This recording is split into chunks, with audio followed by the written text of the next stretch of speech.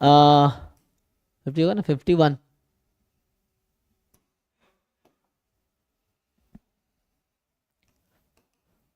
A v1 is equal to, मान लीजिए अभी के लिए B1 है, A v2 is equal to B2 है, और A v3 इज B3। मान लो ये तीन इक्वेशन अभी आपके पास है, A v1 B1 ऐसा समथिंग है ना, लिख दिया मैंने Ax बराबर B, या Ax1 भी कर सकते हैं कि Ax1 B1 Ax2 B2 Ax3 B3 ऐसा लिख रखा है। अब आपसे पूछ रहा है कि बताओ A time this is what. तो कई सारे अप्रोच हैं, तो मान लो अभी के लिए ये x है ना, so this is Ax is equal to B होगा क्या, ये पूछ रहा है आपसे। तो क्या करेंगे आप, ये जो x है इसको हमें पहले लिखना होगा C1 x1 plus C2 x2 plus C3 x3, इसमें लिखना होगा हमें, ठीक। x is C1 x1 plus C2 x2 plus C3 x3। अब दोनों तरफ a ऑपरेट कर दीजिए, सो Ax ऐसा है ना, तो C1 Ax1, तो पहले आपको C1 C2 C3 निकालना पड़ेगा। मतलब इसको लिखो linear combination of x1 x2 x3 में, x1 x2 x3 में, और फिर आप a ऑपरेट कर देंगे तो नहीं आ जाएगा, देख लीजिए। तो यहां C1 Ax1 C2 Ax2 and C3 Ax3 ऐसा आ जाएगा। सो ये है,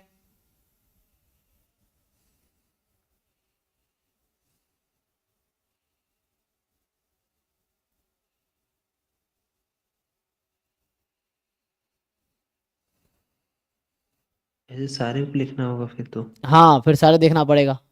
वैसे C1 C2 से तो निकालना मुश्किल पड़ेगा। नहीं होगा मुझे लगता है, ऐसे ऐसे ढूंढने के बजाय आप डायरेक्टली सोचिए क्या कर सकते हैं। सर तो C1 C2 C3 कैसे निकालेंगे?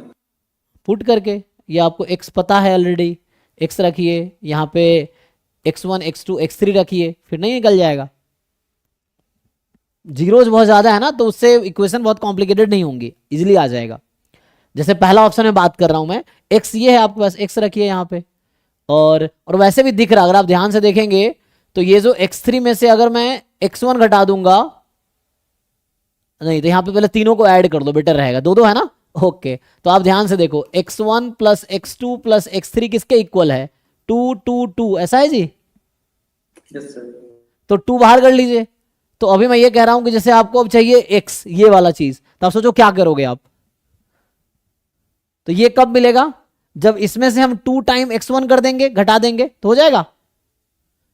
इसमें से 2 टाइम यस x1 सर। घटा दीजिए।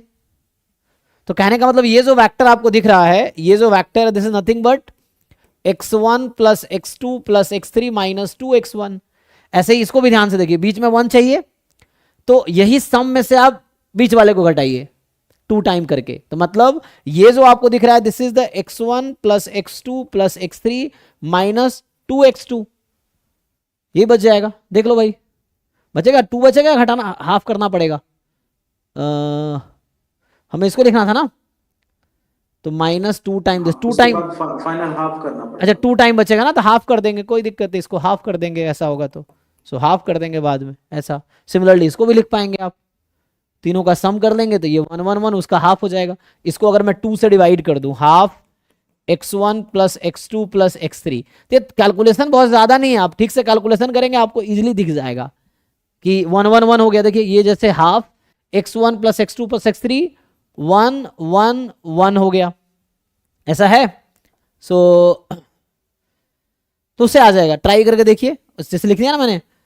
अब इसमें जैसे मैं कर रहा हूं, अब डायरेक्टली ये लिखो, इसमें से अगर आप x1 घटाओगे तो ये मिलेगा, इसमें से आप x2 हटाओगे तो ये मिलेगा, वैसे ही अगला ऑप्शन भी होगा, वैसे ही आ जाएगा।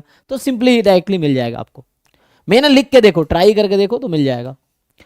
तो इनडायरेक्टली कहने वाला इस वेक्टर को उसके लीनियर कॉम्बिनेशन में लिखना है, फिर ए ऑपरेट करना है, फिर वैल्यू आ जाएगी।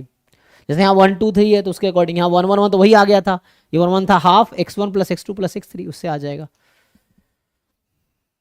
तो 50